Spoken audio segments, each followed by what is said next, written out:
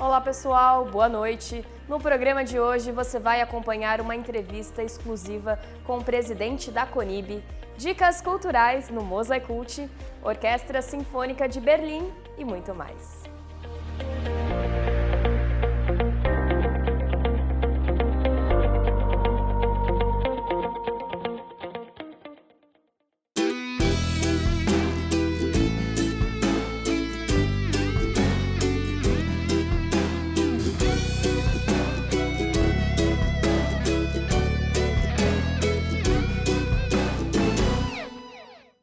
Bem-vindos ao programa Há Mais Tempo no Ar, na televisão brasileira. No oferecimento do Hospital Albert Einstein, vamos direto aos comentários da semana com ele, Rony Gottschalk. Rony, é com você.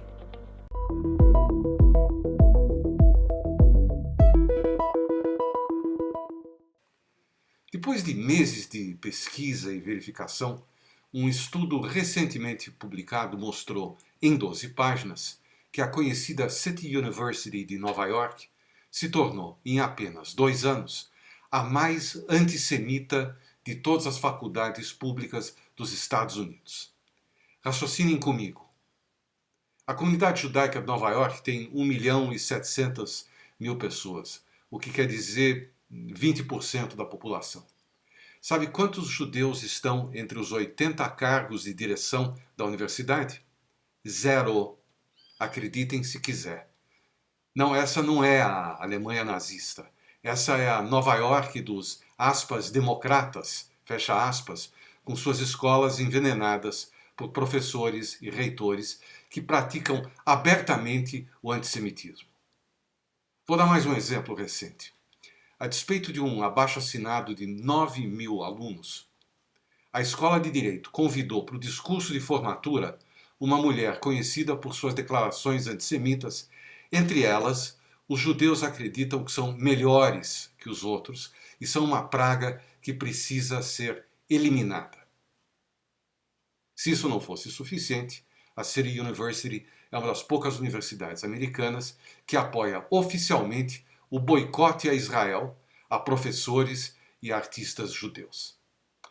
Por falar em boicote, a figura mais conhecida desse movimento é um fulano chamado Roger Waters, que apoia a guerra da Rússia contra a Ucrânia e que vive até hoje dos dias de glória da banda que ele fazia parte 60 anos atrás, chamada Pink Floyd. Pois o concerto dele em Frankfurt, que seria realizado num pavilhão onde judeus alemães eram reunidos para a deportação, foi cancelado pela prefeitura da cidade. Já Munique não teve a mesma sorte.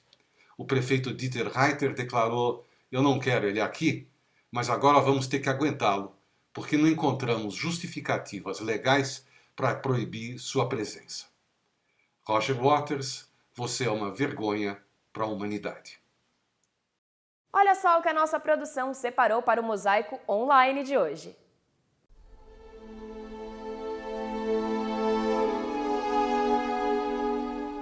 Futuro.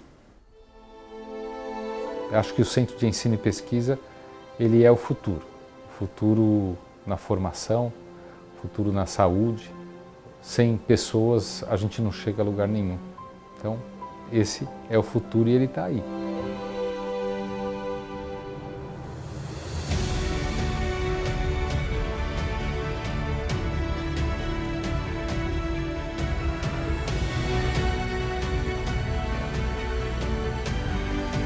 Nada aqui se sonha abaixo. Eu sou um sortudo ao receber como legado a herança de quem trabalhou na diretoria dessa sociedade desde o início.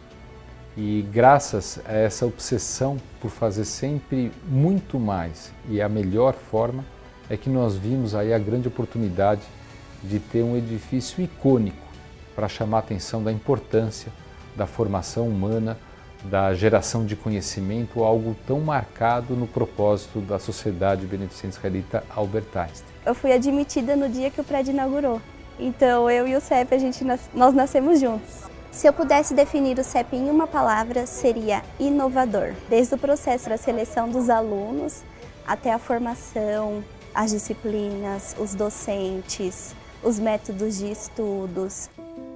O CEP é uma audácia, né? Partiu de uma ideia talvez mais simples de que essas atividades tinham que ter uma proximidade do hospital.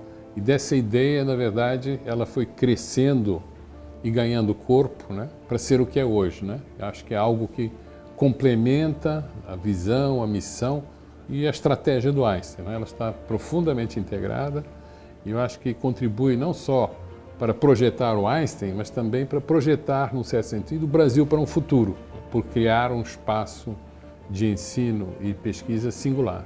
Onde nós vamos chegar, e eu acho que onde nós já estamos chegando, né?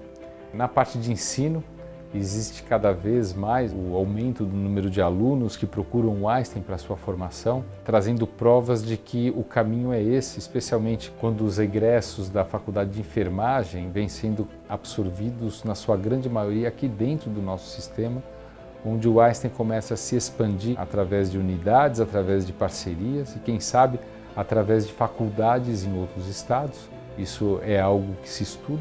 Ter parcerias com grandes centros de pesquisa internacionais e cada vez mais fazer a diferença na formação humana, na formação em saúde, em qualquer tipo de profissão para o profissional de saúde e no nosso país. Ver este edifício concluído é produto de vários anos de esforço de muitas pessoas, né? E, portanto, o sentimento é de realização, de grande realização. O Dia Nacional da Imigração Judaica celebra, a cada 18 de março, a contribuição do povo judeu na formação da cultura brasileira. Essa data foi escolhida em homenagem à primeira comunidade organizada do país, que foi a do Nordeste, e à primeira Sinagoga das Américas, a Sinagoga do Recife, reinaugurada em 18 de março de 2002. Viva a toda a comunidade judaica e viva a Sinagoga Kahal Zur Israel! Chegou a hora do quiz da semana. Solta a vinheta. Em que ano nasceu Francisco Gottschalk, o Senhor Mosaico? A. 1925. B. 1923. C. 1927. D. 1930. As 5 primeiras respostas corretas no nosso Instagram levam para casa o super livro Senhor Mosaico. Vamos para um rápido intervalo e voltamos logo mais. Minha mãe era uma ótima cozinheira e todo mundo vivia pedindo receitas para ela. Mas tinha uma receita que ela nunca ensinava a dos sonhos que ela fazia na hora. E agora, todo mundo pode ter essa experiência especial, que eu juro que é de dar água na boca. É uma receita que veio da Áustria. A massa é leve, tem uma casquinha levemente crocante e os recheios são muito especiais. O de baunilha, por exemplo, é de uma receita francesa. O de geleia de damasco é a receita da minha mãe. E ainda tem o de doce de leite e de Nutella. Venha fazer parte da família. Isso aqui é mesmo um sonho.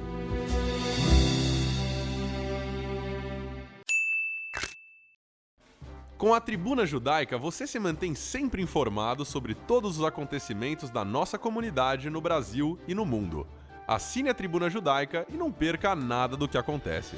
Ligue 0800 55 10 18.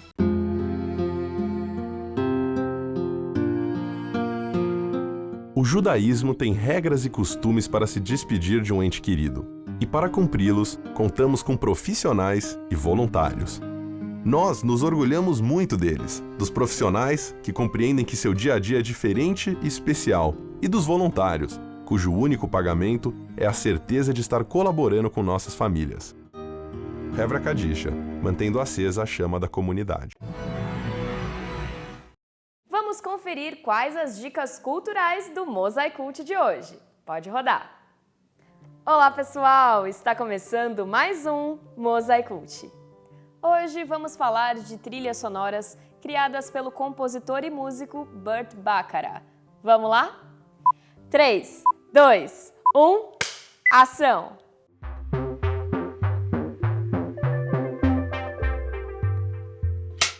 Burt Bacharach recebeu 6 Grammys durante a carreira e mesmo compondo esporadicamente para o cinema, ele foi ganhador de 3 Oscars. Nossa primeira indicação é o filme que trouxe 2 Oscars para Bacharach, o clássico Butch Cassidy, de 1969. Well, that ought to do it. 2 amigos inseparáveis, Butch Cassidy e Sundance Kid, lideram o bando do buraco na parede e vivem do assalto de trens e bancos. E quando são caçados por todo lugar, resolvem ir para a Bolívia. Só que a decisão de partir para a América do Sul não vai dar uma vida mais tranquila para a dupla. Whatever they're selling, I don't want it. There's one thing I know. They're very good. Contando com Paul Newman e Robert Redford, o filme levou 4 Oscars em 1970. Bacharach ganhou 2 prêmios por melhor trilha sonora e melhor canção original com o mega sucesso Raindrops Keep Falling on My Head, composta em parceria com Hal David. Raindrops keep falling on my head, and just like the guy whose feet are too big for his bed, nothing seems to fit. Those raindrops keep falling on my head, they keep falling.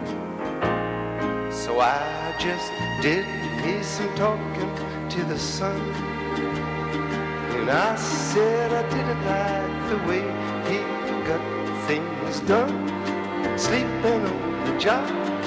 Those raindrops keep falling on my head, they keep falling. But there's one thing I know, the blues they send to meet me won't defeat me.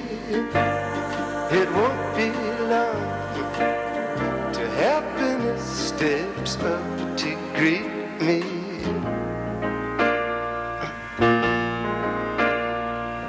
Raindrops keep falling on my head,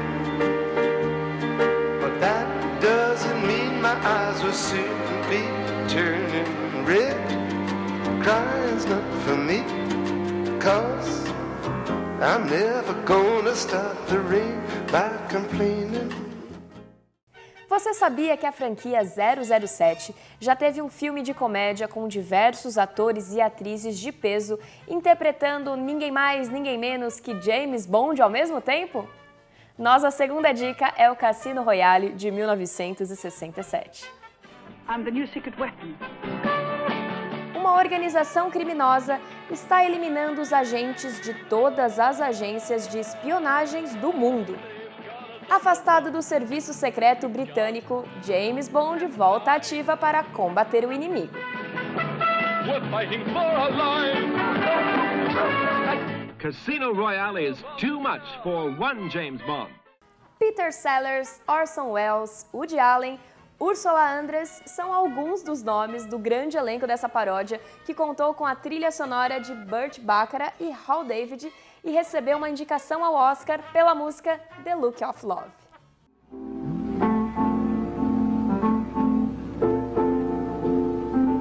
Será tu amor?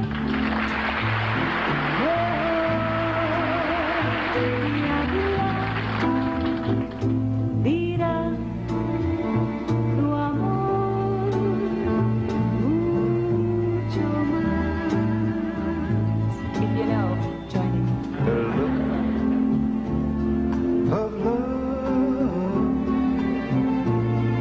is saying so much more than just words could ever say. Y en tus brazos hasta el fin me quiero abandonar. Butch Cassidy está disponível no Star Plus. Já Cassino Royale pode ser alugado no YouTube, Google Play, Apple TV e no Prime Video. E todas essas informações também estarão disponíveis em nossas redes sociais. Nós estamos como Mosaico na TV em todas elas.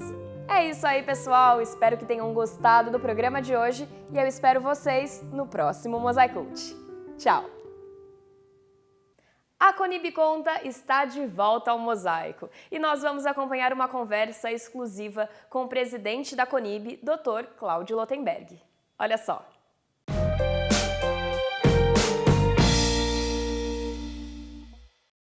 Amigos do Mosaico, depois de um intervalo razoavelmente grande, notado pelos nossos telespectadores, a Conib Conta está de volta. Dr. Cláudio Lotenberg, muito obrigado pela oportunidade de conversar conosco e arrumar um espacinho aí dentro da sua agenda lotada.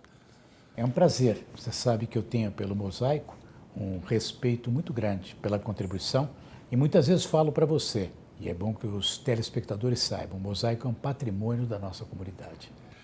Depois desse elogio que deixa a gente meio até sem graça, vamos ao que interessa. A Conib lançou, em parceria com a Fisesp e o Departamento de Segurança Comunitária, um relatório de antissemitismo no Brasil. Qual é a finalidade desse relatório? Em primeiro lugar, ter algo palpável, documentado, que nos permita uma análise mais robusta daquilo que acontece. Que existe antissemitismo, nós sabemos, né? Esse antissemitismo vem aumentando. Eu não sei se ele já estava presente, nós não percebíamos, mas o fato é que existe uma percepção, sim, de incremento com células neonazistas, que hoje chegam a, mais ou menos a cerca de 500 células neonazistas no Brasil, que nós saibamos. E o fato de você ter documentação permite que você compare, porque você começa a agir no sentido de trabalhar contra o discurso de ódio. E a ideia, justamente, é que a gente diminua esse tipo de manifestação. Então, a documentação é o grande instrumento, aliás, como qualquer pessoa que queira agir proativamente, para saber se as ações tomadas estão melhorando ou se não estão surgindo efeito. Esse relatório de antissemitismo existe em outros países? Sim. Aliás, todas as sociedades, aí a questão do antissemitismo é uma particularidade, quando elas querem fazer modificações, quer seja numa agenda social, numa agenda econômica, elas têm que partir de algo que esteja documentado. Então, particularmente em relação ao antissemitismo, onde as comunidades têm um certo padrão de organização, já existe. Estados Unidos, na Europa, vários locais, a Inglaterra, a França, a própria Argentina, trabalham pautados por documentos semelhantes àquele que nós criamos. Esse relatório aborda racismo, nazismo, antissemitismo. Ele foi uma surpresa, as conclusões foram uma surpresa para a Conib? Olha, eu acho que quando você se defronta com números pela primeira vez, sempre é uma surpresa, né? Porque você sabe que existe, mas você não consegue quantificar. Nós ficamos surpresos e ficou patente que nós temos que trabalhar muito sério nessa questão do discurso do ódio. E você citou muito bem, quer dizer, não é algo que diz respeito à comunidade judaica. Apenas. Existe aqui toda uma questão que envolve as minorias e a gente tem visto isso cada vez mais presente nas redes sociais. Então, nós estamos levantando dentro da perspectiva, é lógico, que diz respeito ao nosso interesse, mas ele não se restringe a isso. Tanto que a ideia é que no momento que nós tenhamos maior robustez, é ampliar indicadores que possam mostrar o que acontece em relação a todas as minorias. Nós vamos aproveitar a existência desse relatório. Nos próximos programas, se a Conib permitir, nós vamos dar alguns dados para vocês, para todo mundo ter uma ideia do que está rolando por aí. Fundamental que, claro que a gente permite o relatório, é um relatório para ser utilizado, né? E eu acho que aqueles que estão nos assistindo, eles têm que ter consciência de que o papel informativo é algo fundamental, quer dizer, é fundamental que vocês se envolvam pautados por conhecimentos concretos. Uma das grandes atividades, uma das grandes funções da Conib é estabelecer pontes com todos os outros setores da sociedade e, sem dúvida alguma, também com suas lideranças. Esse relatório vai ser entregue a quem de direito? Sim, ele tem sido... Veja, primeiro que a Conib agora está participando justamente de um conselho que foi criado pelo atual governo para questões de discriminação. Então, a presença da CONIB, que representa a comunidade, será feita baseada nesses dados, né? Todas as vezes que a gente tem tido contato, né, com os serviços de inteligência, que tem tido contato com a polícia, né, nós temos manifestações. A CONIB tem sido implacável, ela não tem deixado passar caso nenhum. Nós estamos realmente processando e buscando a punição, porque essa é a forma de lidar com o sinal da intolerância. Se você não age judicialmente, você está, no fundo, dando um aval. Você está permitindo que a coisa continue caminhando. E é algo que a gente não vai permitir acontecer. Então, esses relatórios serão entregues às autoridades competentes. Aliás, já estão sendo entregues. Doutor Cláudio, muito obrigado pela oportunidade. Eu tenho certeza que isso foi super interessante. Nós vamos ouvir falar mais sobre esse relatório nos próximos programas. O Mosaico volta já já. Viajar é uma arte que te enriquece em histórias, cultura, sentimentos e experiências. Viajar é necessário, faz bem para o corpo e engrandece a alma. Viajar é seguro com quem realmente entende do assunto. Chegou a hora, venha com a gente conquistar o seu lugar no mundo. Conte com a Maringá Turismo e seja bem-vindo a bordo de uma perfeita viagem.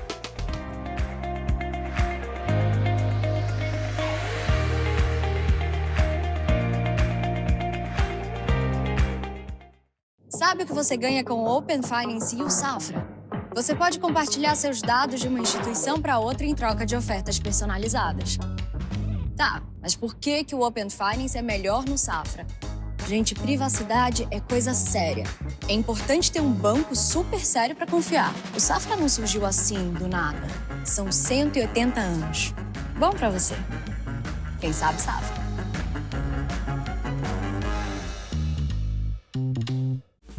Anuncie na revista mais lida da comunidade. Revista A Hebraica. Ligue 3815-9159.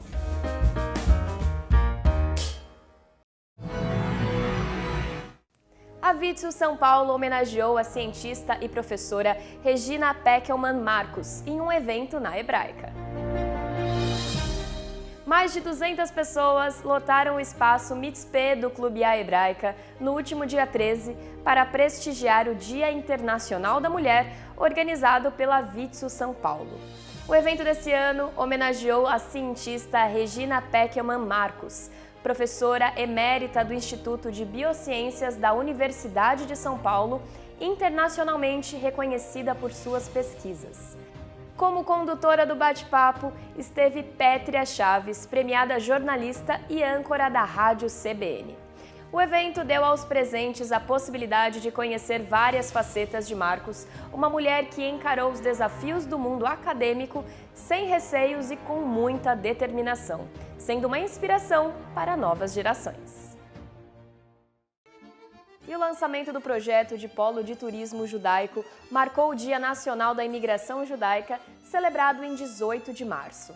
Uma comitiva liderada pelo Instituto Cultural Judaico Marc Chagall e pela Prefeitura Municipal de Quatro Irmãos do Rio Grande do Sul visitou os senadores em Brasília, TCU e Embaixada de Israel para levar o projeto de Polo de Turismo formado a partir do sítio histórico ainda existente da antiga colônia de Quatro Irmãos. O Instituto Cultural Judaico Marc Chagall, sediado em Porto Alegre, foi fundado há quase 40 anos pelo casal Evelyn Berg Yoshpi e Ivonsi Yoshpi, e atualmente é guardião de todo o acervo documental da imigração judaica ocorrida no Rio Grande do Sul e de centenas de depoimentos de imigrantes pioneiros.